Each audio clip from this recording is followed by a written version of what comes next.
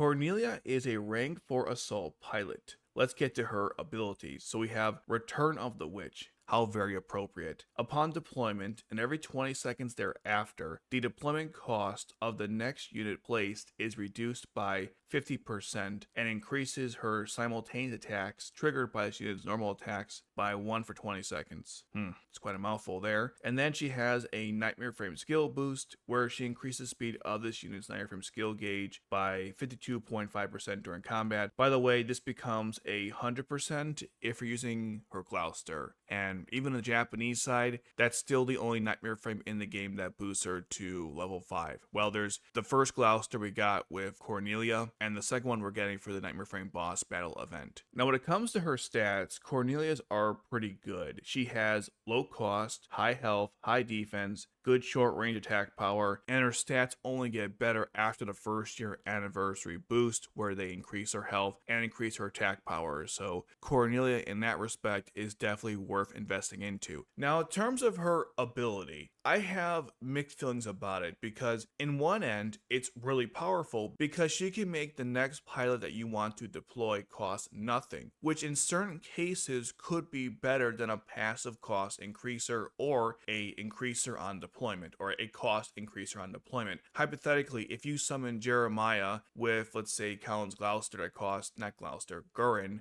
that cost, not Gurin, sorry, Glasgow, Jesus, and it costs 0 to deploy, then you still won't have enough cost to, say, summon Bismarck or Suzaku or something. Angry Suzaku, by the way, that's who I'm referring to. But with Cornelia, once you place her, you can summon Suzaku right away. Now, the problem with this, though, is if this is the first part of the battle, like the beginning, then you still won't have enough cost to put out more pilots, so you can definitely do something really quickly early on, but that could hurt you during the battle. Obviously, during the boss battle event, this is pretty useful because you can place your normal cost increasers on deployment, then place Cornelia, then place Suzaku, and then, go ham on the boss. So it just depends on how you're utilizing the pilot. From my perspective, I prefer to use pilots that just increase your costs like normal. It's only very rare instances where you want to use something like Cornelia, and her effect is unique. There's only, I think, maybe 3 or 4 pilots in the game that can do the same thing, and normally niche abilities tend to get better as the game progresses, but this is one where, I don't know, I just never use her. Now, I have this Cornelia on both my Japanese accounts, and on the alt account, I have her at level 80, and I've never considered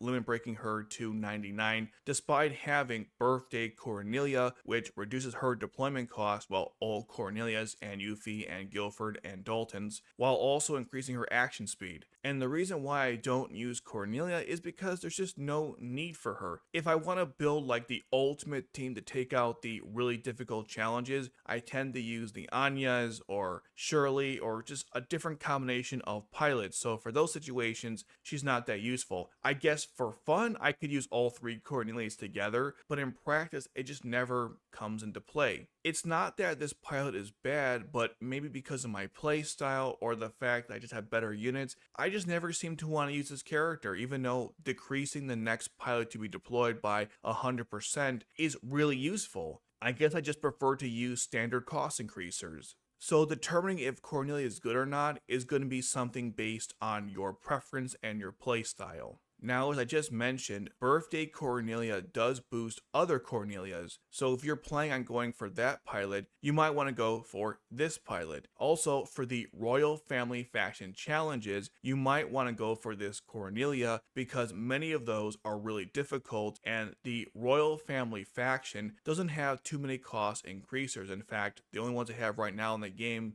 as far as I know, is the Cornelia that we got from the Athletic event. We will get other rank 4 pilots down the road, but that's the problem, they're all rank 4. Eventually they will release an Odysseus who's a rank 3 pilot, but that's not for a while from now. So until then, you might need to pick up this Cornelia as another means to get pilots out on the battlefield quickly. Of course, she doesn't actually generate costs, but lowering the deployment cost of the next pilot is the next best thing. Another very important piece of consideration to note is that if you don't use her with the Gloucester, the cost decreases only by 50%, not 100. And in cases like that, she's not that much better than using Jeremiah or any other cost increaser passive or on deployment. So you're kind of locked to using the Gloucester if you want to fully utilize this pilot. Overall, I really like this pilot. The stats are great, the effect is very unique and really good, but it's just not my playstyle, and that's probably why I personally don't use her. Now let's talk about her Gloucester, which is the award for partaking in the Nightmare Frame boss battle event. Okay, here is Cornelia's Gloucester. It says Neris. Oh, I forgot to mention that the reason why it says Neris is because in Oz of the Reflection, it's not the manga. I think it was these magazines they released to supplement the manga, which is kind of crazy to think about. But anyways, in that story, Cornelia went undercover as Neris as she went to figure out what happened to Euphemia, which ultimately resulted in her going to the Gias Order, and there's a whole bunch of crap that goes along with that. But in case you're wondering what Neris is, that's her alternative identity.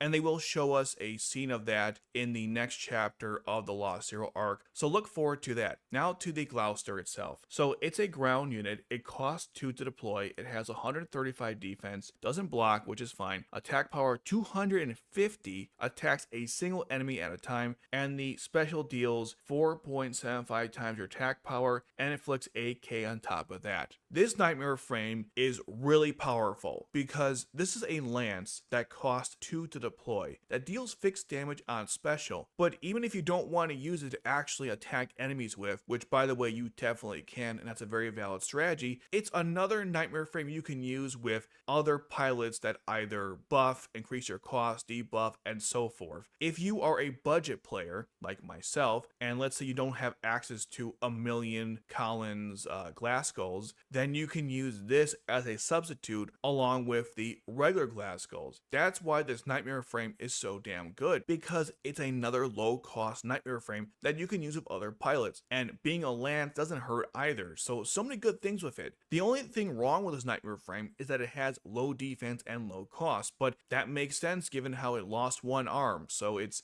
very kinetically accurate, and again it only costs 2, so I'm not expecting a tank by any means. Definitely one of the best Nightmare Frames in the game right now. It's still one of the best awards we've ever gotten from a Nightmare Frame boss battle event, even now on the Japanese side. And if you don't want to go for Cornelia, which I understand, you should definitely partake in this Nightmare Frame boss battle event to get this Nightmare Frame. You will not regret it. Just like the Lancelot we got, I think several months ago, this is just as good as that. Not from an attack standpoint, but from a utility standpoint.